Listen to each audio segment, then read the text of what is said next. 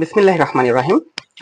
আমি আজকে আপনাদের জন্য নিয়ে আসছি কুমিল্লা বোর্ড 2024 সালে এমসিকিউ সমাধান, যা 2024 সালে কুমিল্লা বোর্ডে আসছিল সাধারণ গণিতে। দেখেন প্রথম প্রশ্ন, নিচের কোনটি অমূলদ সংখ্যা? নিচের কোনটি অমূলদ সংখ্যা? তো এখন অমূলদ সংখ্যা হওয়ার শর্ত হচ্ছে কি, যে সকল সংখ্যাকে পি বাই কিউ আকারে প্রকাশ করা যায় না তারা হচ্ছে অমূলদ সংখ্যা। তো একটু খেয়াল করে দেখেন, আমি যদি বলি ক নাম্বার সমাধান কি আসে, ক নাম্বার জন্য কি আসে দেখেন তো, 0.2 পূর্ণপূর্ণ, এটা কি লেখা যায় 2/9। এটা একটা আমাদের কি মূলদ সংখ্যা। এরপর যদি এটা বলি দেখেন তো, খ নাম্বার কি আসে, √9 মানে কত, 3/√16 কত আসে 4। তাহলে এটাও একটা মূলদ সংখ্যা। এরপর এটা যদি বলি কত আসে দেখেন তো,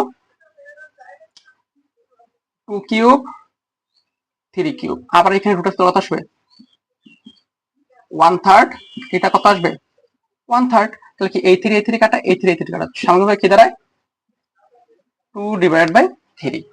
কিন্তু এইটাকে দেখেন পি বাই কিউ আকারে প্রকাশ করা যায় না, তাই সঠিক উত্তর হবে কি, এখানে সঠিক উত্তর হবে হলো কত, গ হ।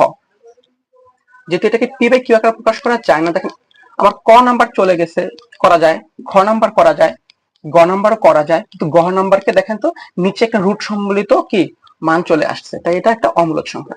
সঠিক উত্তর কি হবে, গ হ। দেখেন 2 নম্বর প্রশ্নে কি বলা হয়েছে, নিচের কোনটি x belongs to n such that 5 থেকে x এর ভ্যালু বড় এবং 7 থেকে ছোট। এবং এখানে বলে দিচ্ছে x কি একটি মৌলিক সংখ্যা, সেটিকে তালিকা পদ্ধতিতে প্রকাশ করে। তো সেটিকে তালিকা পদ্ধতিতে প্রকাশ করে আমরা কি পাবো, এখান থেকে দেখেন তো 5 থেকে বড় এবং 7 থেকে ছোট এর মাঝে কোনো মৌলিক সংখ্যা নাই। তার মানে কি বলতে পারি, এর উত্তর হবে কোনটা, তাহলে এর উত্তর যেহেতু নাই, তাহলে কি ফাঁকা সেট। তো এইটা হলো সঠিক উত্তর কি, ক। কিন্তু এখানে আপনারা অনেকে ভুল করবেন যে এটা ফাঁকা সেটকে হয় আমরা শুধু এইভাবে প্রকাশ করব, অথবা কিভাবে এভাবে প্রকাশ করবো, থার্ড ব্র্যাকেট এর মাঝখানে কোনো কিচ্ছু হবে না। যদি এরকম দেই তাহলে এটা হয়ে যাবে কি ভুল, ঠিক আছে। তো যেহেতু এটা এরকম, তার মানে এটা ভুল, এটা হবে না। এখানে তো শূন্য, এখানে বলছে কি 5 আর 7, 5ও হবে না 7ও হবে না, এই শর্ত অনুসারে তো হবে কি ফাঁকা সেট। তো ফাঁকা সেটের প্রকাশক হচ্ছে এইটা, তাই আমরা এটা সঠিক উত্তর কত হবে, ক। দেখেন 3 নম্বর প্রশ্নে কি বলা হয়েছে, একটি সামান্তরিক আঁকতে কতটি নিরপেক্ষ উপাত্ত প্রয়োজন। তো সঠিক উত্তর হলো 3টি। সেই 3টি উপাদান কি কি প্রয়োজন হয় দেখি। 1 দুটি পার্শ্বের দৈর্ঘ্য, 2 দুই বাহুর অন্তর্ভুক্ত কোণ, 3 একটি বাহু একটি বাহুর দৈর্ঘ্য হবে, এটা সরি, একটি বাহুর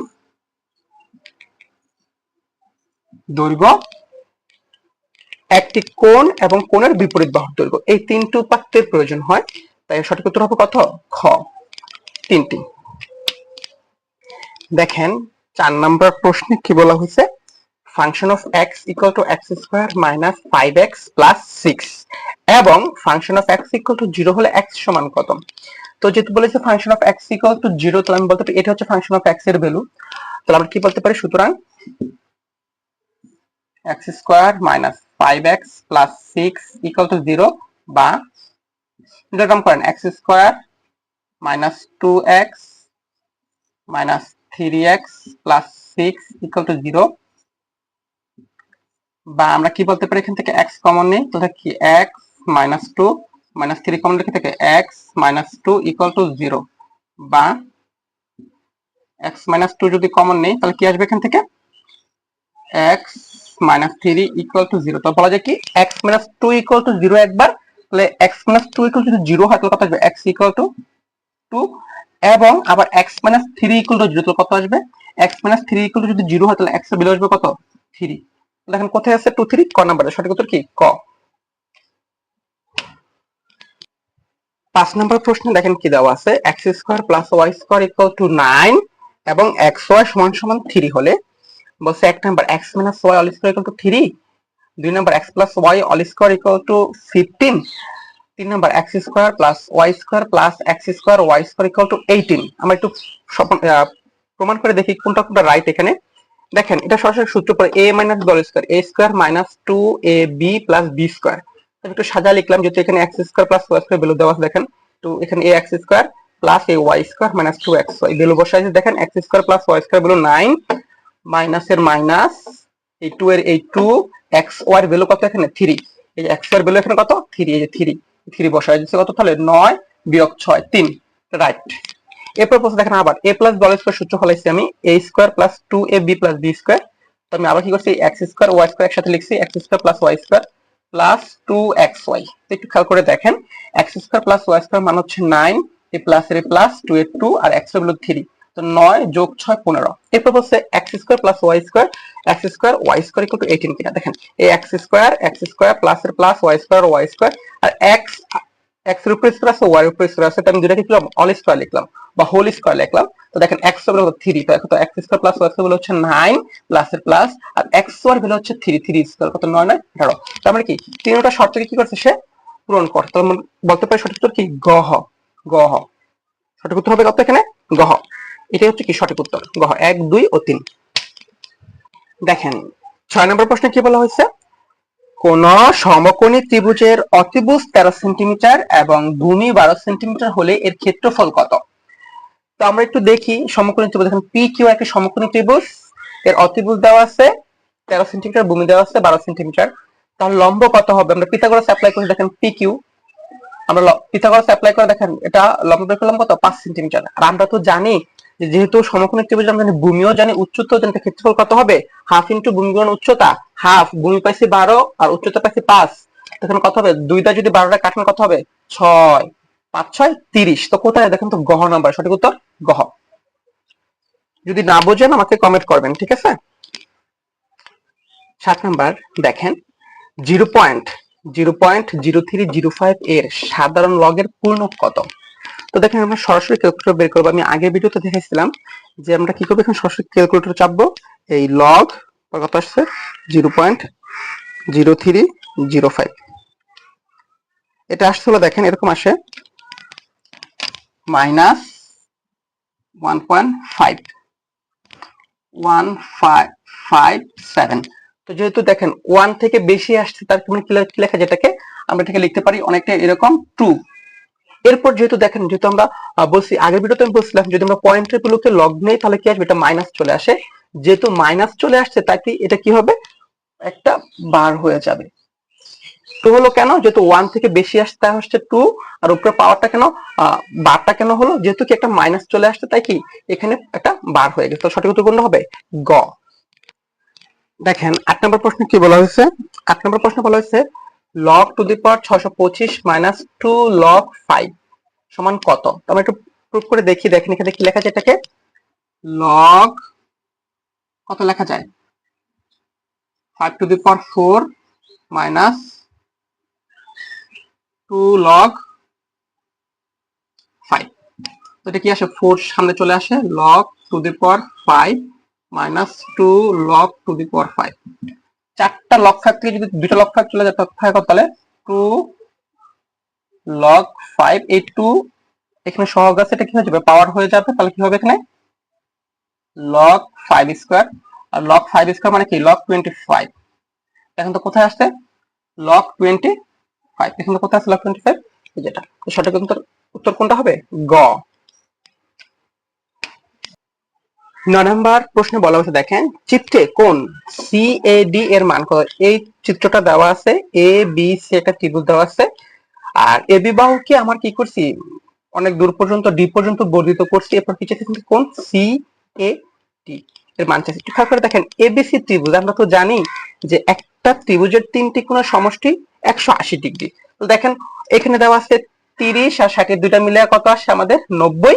অবশ্যই এটা কত হবে 90 ডিগ্রি কারণ তিন কোণের সমষ্টি 180 180 থেকে যদি দুইটা কোণ বাদ দেয় কত 90।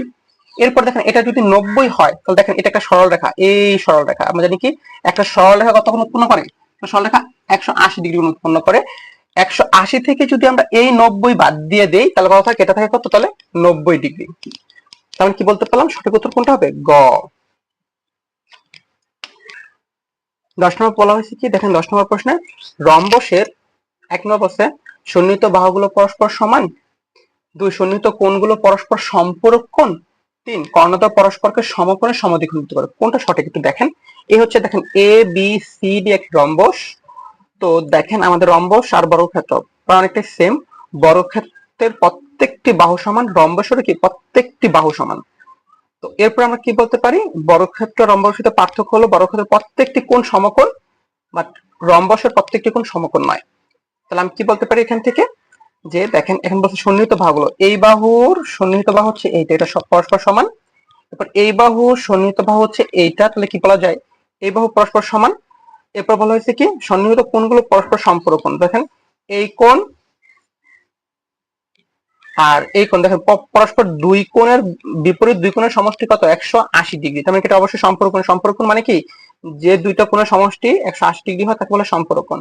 আবার এই দুই কোণের সমষ্টি কত 180 ডিগ্রি। তার মানে কি পরস্পর বলা যায় কি এরা কর্ণদ্বয় পরস্পর সম্পূরক কোণ। এরপর যদি বলি কর্ণদ্বয়, এই কর্ণ এসি কর্ণ আর হলো কি বিডি কর্ণ, এই যে বিডি কর্ণ পরস্পরের সমকোণে সমদ্বিখণ্ডিত। তার মানে কি তিনটাই সঠিক। সঠিক উত্তর কত হবে গহ।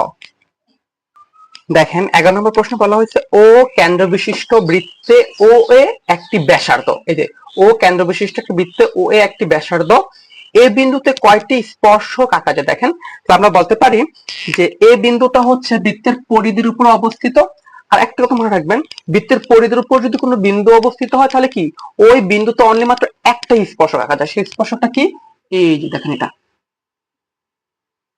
এটা সেই স্পর্শক কয়টা, এটা। এখন যদি অনেক বলতে পারবে যে এভাবে তো আঁকা যায় না, এভাবে, তাহলে কি এটা কিন্তু আপনার হয় না, স্পর্শক হয় না, প্রপারলি স্পর্শ করে না, ঠিক আছে। তো কি বললাম যে এখান থেকে এই বিন্দুতে কয়টি স্পর্শক আঁকা যাবে, অনলি মাত্র একটা। তার সঠিক উত্তর কত হবে গহ। 12 নম্বর প্রশ্নে বলা হয়েছে যে 5 সেন্টিমিটার ও 3 সেন্টিমিটার ব্যাসার্ধ বিশিষ্ট দুইটি বৃত্ত পরস্পরকে বহিস্থভাবে স্পর্শ করলে কেন্দ্রদ্বয়ের মধ্যবর্তী দূরত্ব কত। তাহলে দেখেন 5 সেন্টিমিটার ব্যাসার্ধ বিশিষ্ট একটা বৃত্ত হচ্ছে এইটা C1 যার কেন্দ্র, আর 3 সেন্টিমিটার ব্যাসার্ধ বিশিষ্ট বৃত্ত হচ্ছে কি যে C2 যার ব্যাসার্ধ আছে 3 সেন্টিমিটার। এখন দেখেন যেহেতু বলছে বহিস্থভাবে স্পর্শ করছে, দেখেন এই বৃত্তটা আর এই বৃত্তটা পরস্পর দেখেন এই যে দেখেন স্পর্শ করছে। এখন বলছে স্পর্শ করার পর কেন্দ্র দ্বারা দেখেন এই C1 থেকে C2 এর দূরত্ব কত। দেখেন এখান থেকে এতটুকু হচ্ছে 5 আর এখান থেকে হচ্ছে 3। তাহলে আমরা 5 আর 3 যদি যোগ করে কত পাই 8 পাই, তাহলে কত হবে সঠিক উত্তর কত হবে 8 সেন্টিমিটার। সঠিক উত্তর খ। 13 নম্বর প্রশ্নে কি বলছে, বৃত্তের উপচাপের উপর দণ্ডায়মান কোণ কি কোণ। তো এটা হবে হলো সূক্ষ্মকোণ। কি হবে, কোন বৃত্তের উপচাপের উপর দণ্ডায়মান কোণ হচ্ছে কি কোণ, সূক্ষ্মকোণ। এই হচ্ছে বৃত্ত, সুন্দর হয় না, এই কেন্দ্র দিলাম আমরা। এখন যদি বলি এতটুকু, এই যে এতটুকু একটা বৃত্তচাপ, এই বৃত্তের উপর দণ্ডায়মান হচ্ছে একটা বৃত্তের উপচাপ, যার কোণ হবে কত, এটা আমি যদি বলি এখন এটা কত হবে, এটাও সূক্ষ্মকোণ হয়, এটাও কি সূক্ষ্মকোণ হয়। কি বললাম, কোন বৃত্তের উপচাপের উপর দণ্ডায়মান কোণ হচ্ছে কি কোণ, সূক্ষ্মকোণ। সঠিক উত্তর ক। দেখেন কি বলা হয়েছে, নিচের তথ্যের আলোকে 14 ও 15 প্রশ্নের উত্তর দাও। একটা ত্রিভুজ দেওয়া আছে PMN, একটা সমকোণী ত্রিভুজ, এবং এটা হচ্ছে থিটা কোণ। এখন বলছে এই থিটা কোণের রেসপেক্টেড দেখেন tan থিটার ভ্যালু দেওয়া আছে 1/√3।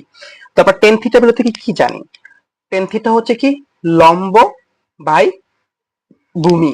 তো আমি কি বলতে পারি, এই থিটা কোণের রেসপেক্ট এটা হচ্ছে কি আমাদের লম্ব, এটা হবে 1, এটা হবে কত, তাহলে ভূমি হবে কত √3।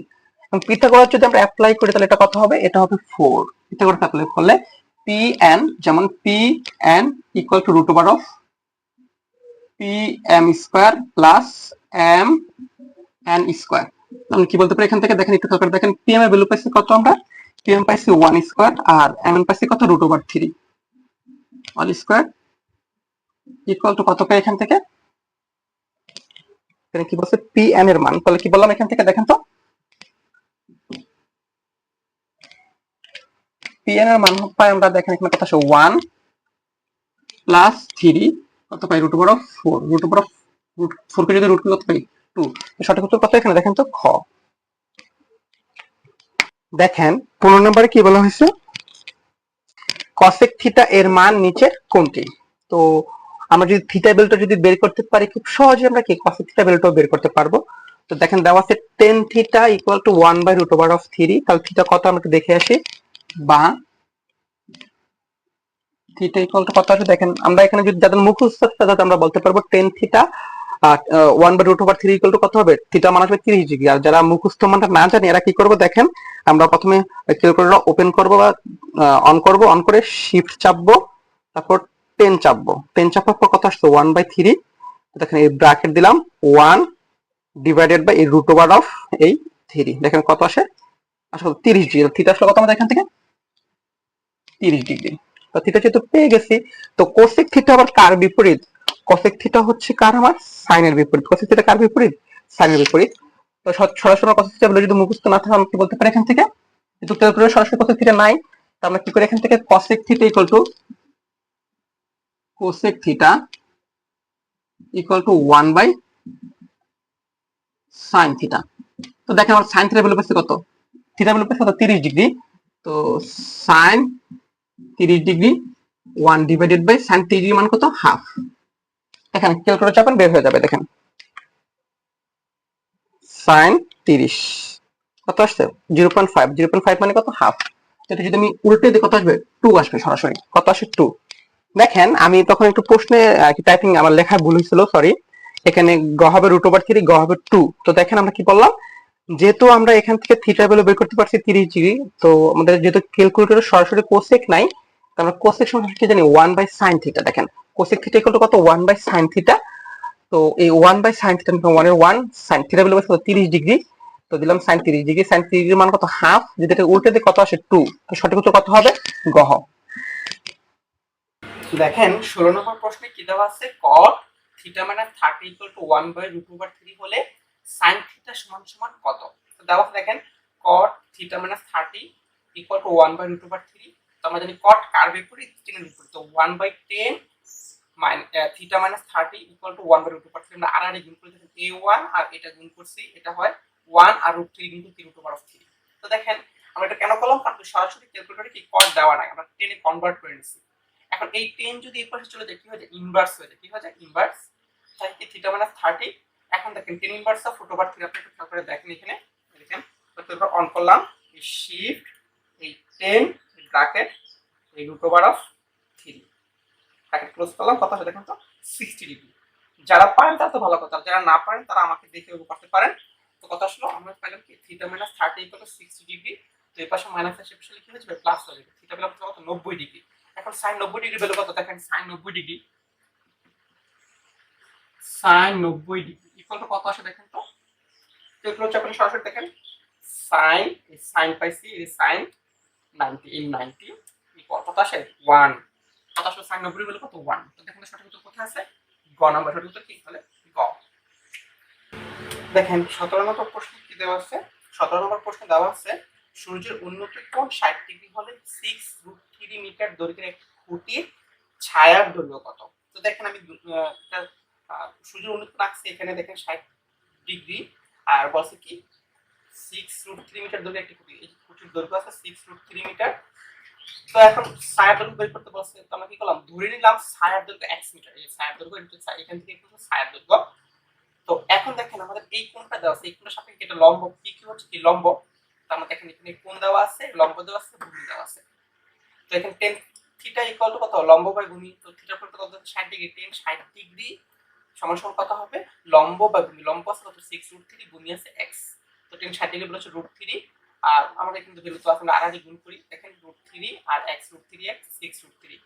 তো এখন এই √3 পাশে কি ভাগ হয়ে যায়, এই √3 কাটা থাকে কত 6। দেখেন তাহলে কি পেলাম, এই x ছিল কি ছায়ার দৈর্ঘ্য। x এর যেহেতু 6 বেরিয়েছে, তাহলে ছায়ার দৈর্ঘ্য কত হবে এখানে 6 মিটার। 18 নম্বর প্রশ্ন বলা আছে কি দেখেন তো, a b c d ক্রমিক সমানুপাতিক হলে, এক নম্বর প্রশ্ন বলা, এক নম্বর বলেছে c square equal two bd, a অনুপাত b ডাবল অনুপাত c অনুপাত d, 3 নম্বর বলেছে ad ইকুয়াল টু bc। এটা সঠিক। তো দেখেন একটু প্রমাণ করে আসি। যেহেতু এগুলো ক্রমিক সমানুপাতিক, আমরা এটাকে এইভাবে লিখতে পারি। দেখুন খুব সুন্দর করে এইভাবে লিখতে পারি, a বাই b সমান সমান b বাই c সমান সমান c বাই d। তো এখন দেখেন এক নম্বর প্রমাণ করে দেখি। দেখেন যেহেতু প্রত্যেকটা a by b equal to b by c equal to c by d, তার মানে কি এটা সমান এটা, এটা সমান এইটা। আবার এই a বাই b সমান সমান কি c বাই d লিখা আছে। দেখেন আমি কি লিখলাম এখান থেকে, আবার বলতে পারি b by c equal to কি c বাই d। তো আমি এখানে দেখেন এই b by c equal to c by d লিখছি, দেখছেন। এখন আমি আর গুণ করি, c আর c গুণ করলে c স্কয়ার, b আর d গুণ করলে কি bd। তো এক নম্বর শর্তকে ফিল আপ করছে। এরপর দেখেন আমার যদি ক্রমিক সমানুপাতিক হয়, তাহলে আমরা এটা লিখতে পারি সুন্দর করে, a বাই a অনুপাত b ডাবল অনুপাত c অনুপাত d। এটা ক্রমিক সমানুপাতিক একটা শর্ত বা ধর্ম। 3 নাম্বার বলছে এডি ইকুয়াল টু বিসি। আমরা কি করলাম আবার দেখেন একটু খেয়াল করে দেখেন এখানে যেহেতু সবগুলো পরস্পর সমান আমরা কি করলাম এইটা a বাই b আর হলো কি c বাই d যেহেতু সমান সমান তাই কি করলাম এই দুইটাকে সমান সমান নিলাম a বাই b সমান সমান এই c বাই d। আমরা আড়াআড়ি গুণ করি দেখেন a আর d গুণ করলে কি ad আর b আর c গুণ করলে কি bc। মানে কি এই শর্তটাকে ফিল আপ করতে আমরা সঠিক উত্তর কত হবে 1 2 ও 3 এটাই হচ্ছে সঠিক आंसर। দেখেন 19 নম্বর প্রশ্নে কি দেওয়া আছে 2a b 8 এবং a 2b 4 হলে a b কত। আমরা ধরে নিলাম এটা ধরে নিলাম 1 নং সমীকরণ আর এটাকে ধরে নিলাম কত 2 নং সমীকরণ। তো এখন দেখেন আমরা যদি 1 নং থেকে যদি 2 নং বিয়োগ করি 1 বিয়োগ 2 দেখেন আমি 1 নং লিখলাম এই 2 নং লিখছি বিয়োগ করলে সেকশনগুলো চেঞ্জ হয়ে যায় তাহলে এটা হয়ে যাবে কি মাইনাস এখানে আছে প্লাস হয়ে যাবে মাইনাস এখানে আছে মাইনাস হয়ে যাবে প্লাস আর এখানে আছে প্লাস হয়ে যাবে কি মাইনাস। এখানে কি তাহলে a এখানে কি থাকে প্লাস b আর এখানে কত থাকে বলেন তো 8 থেকে 4 থেকে 4 চেষ্টা a প্লাস b কত a প্লাস b কত পেয়েছেন 4 সঠিক উত্তর খ। একটু খেয়াল করে দেখেন 20 নম্বর প্রশ্নে কি বলা হয়েছে 6 যোগ 12 যোগ 24 plus dot dot dot dot 384 দাগের পদ সংখ্যা কত। তো এখন আমরা এখানে বলতে পারি সমান্তর দ্বারা নাকি গুণোত্তর দ্বারা। আমরা সমান্তর দ্বারা সব থেকে কি জানি যে যে ধারায় সমান হারে হয় বাড়বে নাকি সমান হারে কমবে সেটা হলো সমান্তর দ্বারা। আর গুণোত্তর দ্বারা কি আমাদের একটা নির্দিষ্ট গুণিতক আকারে বৃদ্ধি পায়। যেমন দেখেন 6 থেকে 12 হয়েছে তার মানে 6 বাড়ছে 12 থেকে 24 হয়েছে কিন্তু 6 বাড়ে না বাড়ছে 12 তাহলে এটা সমান্তর ধারা না এটা অবশ্যই কি গুণোত্তর দ্বারা। দেখেন প্রথম কথা হলো কি a ইকুয়াল কত হবে 6 আর সাধারণ অনুপাতের সূত্রটি ছিল আর কত হবে তাহলে দ্বিতীয় পদ বাই প্রথম পদ দ্বিতীয় পদ হচ্ছে 12 প্রথম পদ 6 তত বেশি 2। তো এখন এই 384 পদতম পদ সেটা আমরা জানি ধরে নিলাম n তম পদ। তো গুণোত্তরের n তম পদ সূত্র কি a r two the power n - 1 হচ্ছে গুণোত্তরের আবার কি n তম পদ আবার এটাও n তম পদ ধরে নিলাম কত 384 বা a পাশে কত আমরা 6 ইনটু আর পাশে কত 2 2 to the power n - 1 equal to কত পাচ্ছি তাহলে কি আমরা 384 বা 6 এর পাশে ভাগ হয়ে যাবে কত 2 টু দি পাওয়ার n - 1 384 যদি আমরা 6 দ্বারা ভাগ করি কত আসে দেখেন 384 ভাগ 6 64 আসে কত 64 বা 2 টু দি পাওয়ার n - 1 64 2 বারে আমি 2 টু দি পাওয়ার কত আসে এখানে দেখেন তো 2 টু দি পাওয়ার 6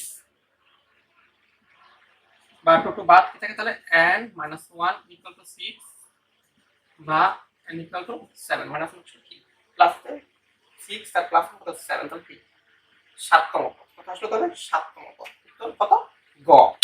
দেখেন কি বলা হয়েছে 21 নম্বর প্রশ্নে 1, 1/3, 1/7, 1/15 অনুক্রমের সাধারণ পদ কোনটি। তো অনুক্রমের সাধারণ পদ হচ্ছে ক নাম্বার।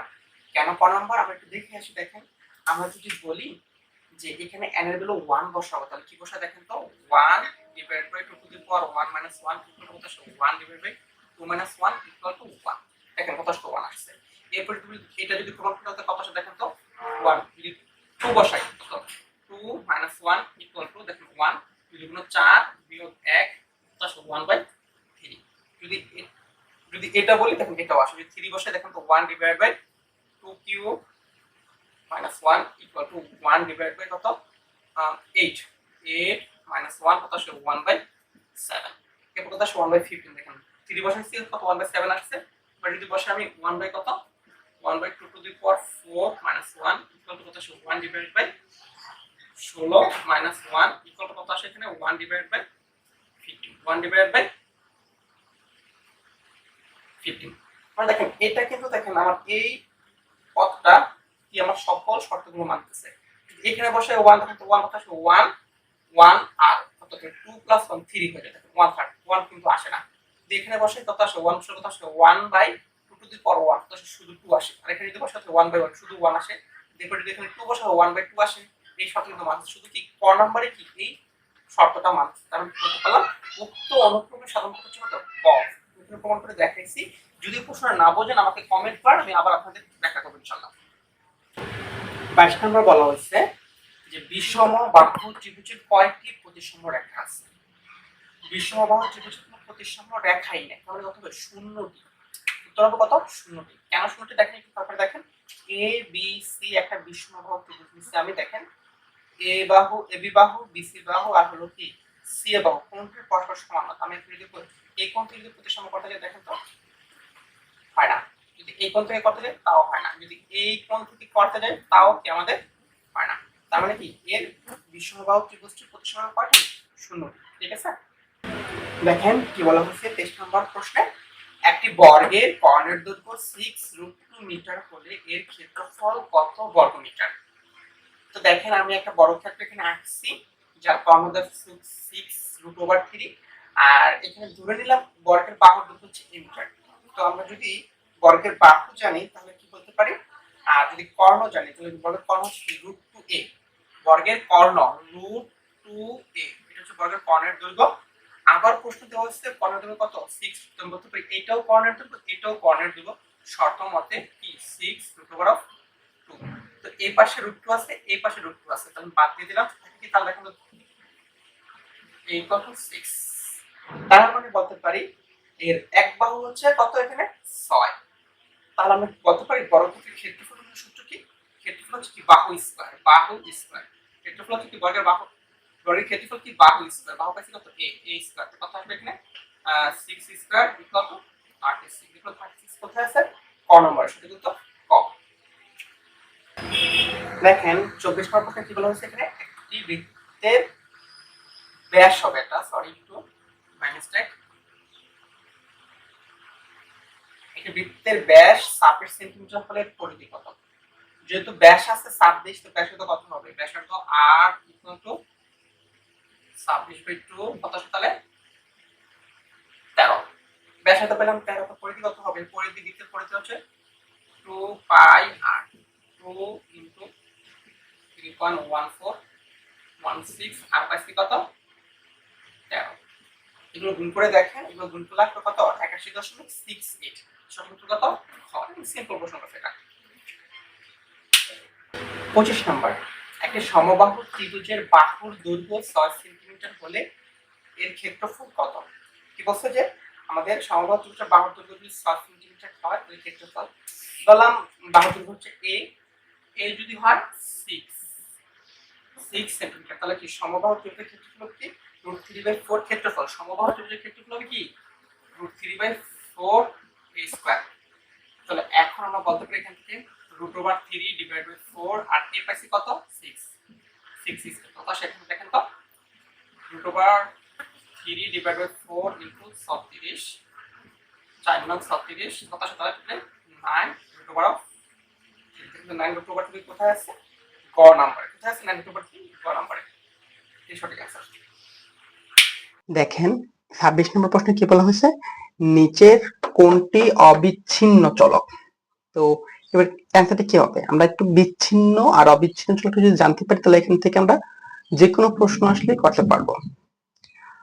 অবিচ্ছিন্ন বলতে বোঝায় যেটা কি আমার ধীরে ধীরে বাড়তে পারে অথবা কি ধীরে ধীরে কমতে পারে। যেমন আমি যদি বলি বয়স, আজকে আমার বয়স হলো মনে করেন 25 বছর, কালকে হবে 25 বছর 1 দিন, এর পরের দিন 25 বছর 2 দিন, এভাবে করতে করতে 25 বছর 1 মাস, 25 বছর 2 মাস, 25 বছর 3 মাস, 25.5 বছর, 25 বছর 8 মাস, 26 বছর, এভাবে।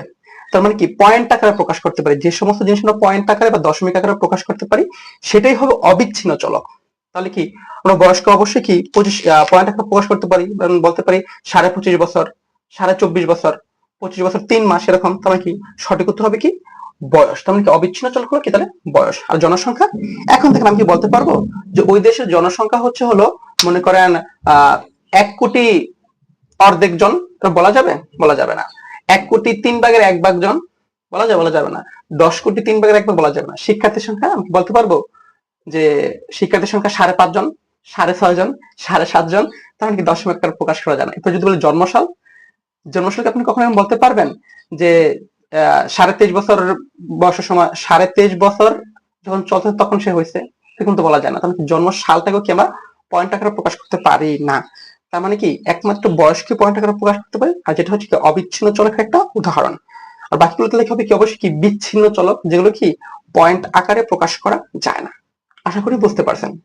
দেখেন কি বলা হয়েছে, নিচের তথ্যের আলোকে 27 ও 28 নং প্রশ্নের উত্তর দাও। শ্রেণীব্যাপ্তি দেওয়া আছে 21 থেকে 30, 31 থেকে 40, 41 থেকে 50, 51 থেকে 60, 61 থেকে 70। গণসংখ্যা দেওয়া আছে 8, 15, 12, 8, 7। এখন বলা হয়েছে মধ্যক শ্রেণীর উচ্চ সীমা কত। তো মধ্যক শ্রেণী কোনটা দেখেন, 1, 2, 3, 4, 5, তার মানে কি এপাশে দুইটা বাদ এপাশে দুইটা বাদ, এটা হচ্ছে মধ্যক শ্রেণী। তা আমি কি বলতে পারি এইটা যদি হয় আমাদের মধ্যক শ্রেণী, তো মধ্যক শ্রেণীর উচ্চ সীমা কত, 50। দেখেন এটা হচ্ছে নিম্ন সীমা, এটা হচ্ছে কি উচ্চ সীমা। নিম্ন সীমা হচ্ছে 41, উচ্চ সীমা হচ্ছে 50। তো সঠিক উত্তর কত হবে, ক। 28 নম্বর বলছে প্রদত্ত উপাত্তের প্রচুরক কত। তাই আমরা সরাসরি সূত্র বসলে প্রচুরক হয়ে যায়। প্রচুরক সূত্র কি, L plus F1 divide by F1 plus F2 into H।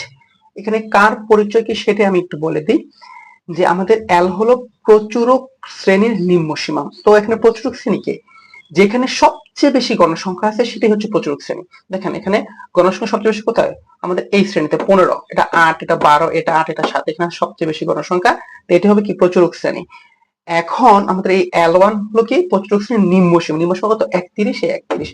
F1 হলো কত, প্রচুরক শ্রেণীর গণসংখ্যা থেকে পূর্ববর্তী, পূর্ববর্তী মানে কি আগের গণসংখ্যা বিয়োগ। দেখেন 15 থেকে 8 গেলে থাকে 7।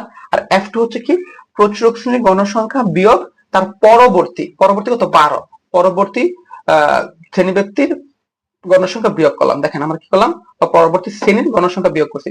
পরবর্তী শ্রেণীর গণসংখ্যা কত আসছে 12, 15 থেকে 12 থেকে 3। আর এইচ হলো কি এখানে আমাদের শ্রেণী ব্যক্তি। দেখেন শ্রেণী ব্যক্তি কত 21 থেকে 30, কত 10। তো আমি ভ্যালু বসাইছি, দেখেন কাটাকাটি করার পর কত আসে এখানে 38। সঠিক উত্তর কত 38। আপনারা যারা সূত্র পারেন তাদের জন্য একদম সহজ, তো আমি একটু ব্যাখ্যা করে দিলাম, ঠিক আছে। 29 নাম্বার প্রশ্নে কি বলেছে, দুইটি সংখ্যার অনুপাত 7:5 এবং এদের গসাগু 4 হলে সংখ্যা দুটির অন্তর কত। তো আমি একটু খেয়াল করে দেখি, ধরিলাম সংখ্যা দুটি কি তাহলে 7x আর কি 5x। আমরা গসাগু মানে কি জানি জানি বলেন তো, শুধু কমন গুলো। তো এখানে কমন, দুটার ভিতরে কমন আছে কি x, এই দুটার ভিতরে কমন কে, গসাগু মানে কি কমনটা শুধু। কমন এবং আনকমন হলো লসাগুর ক্ষেত্রে, আর কমন হলো কি শুধু গসাগু। তো গসাগু বললাম কত আমরা এখান থেকে x, আবার গসাগু আছে কত 4। তো আমি কি বলতে পারি x ইকুয়াল টু 4। তো দেখেন এটা হচ্ছে বৃহত্তম সংখ্যা। তো বৃহত্তম সংখ্যা কত হবে, 7 গুণন 4 কত 28। আর ক্ষুদ্রতম সংখ্যা কত হবে, 5 গুণন 4 কত হবে 20। এখন যদি বলি দুটোর অন্তর মানে কি বিয়োগ, তো 28 থেকে 20 থাকে কত দেখেন তো 8। সঠিক উত্তর কত, খ। দেখেন 30 নম্বর প্রশ্ন বলা হয়েছে সমবাহু ত্রিভুজের একটি বাহুকে উভয় দিকে বর্ধিত করলে উৎপন্ন বহিস্থ কোণের যোগফল কত। দেখেন আমি একটা সমবাহু ত্রিভুজ আঁকছি, এ বি সি একটি সমবাহু ত্রিভুজ। বস্তু কি যেকোনো একটি বাহুকে উভয় দিকে বর্ধিত করলে, যেকোনো একটি বাহুকে উভয় দিকে বর্ধিত করলে, আমরা বিসি বাহুটাকে দেখেন এদিক বরাবর এদিক উভয় দিকে বর্ধিত করছি। এখন দেখেন তাহলে আমরা কি বলতে পারি, বহিস্থ কোণ উৎপন্ন হচ্ছে এখান থেকে। দেখেন তো এই যে একটা বহিস্থ কোণ উৎপন্ন হয়েছে, আমরা জানি এক সরল কোণ 180, 180 থেকে 60 ডিগ্রি চলে গেছে। এখানেও কত এক সরল কোণ 180, 180 থেকে 60 ডিগ্রি চলে গেছে। 60 ডিগ্রি কেন হলো, সমবাহু ত্রিভুজের প্রত্যেকটি কোণ 60 ডিগ্রি করে। তাই আমরা এখানে 60, এখানে 60, এখানে 60। তো 180 থেকে 60 গেলে থাকে 120, এখান থেকে 180 থেকে 60 গেলে থাকে 120। তার মানে 120 আর 120 যোগ করলে কত আসবে 240। সঠিক উত্তর গ। আশা করি বুঝতে পারছেন। এরপরে আপনাদের কোন বোর্ড দিব আপনারা কমেন্ট করেন।